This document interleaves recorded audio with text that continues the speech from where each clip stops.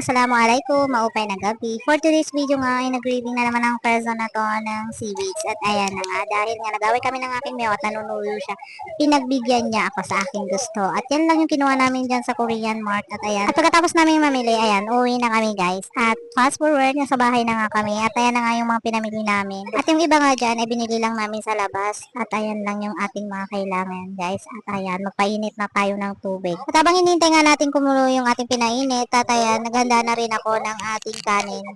Yan yung ating kanin. Lalagyan lang natin yan ng century tuna. Tapos, hahalu-haluin lang natin yan, guys. Tapos, isusunod naman natin yung mayonnaise.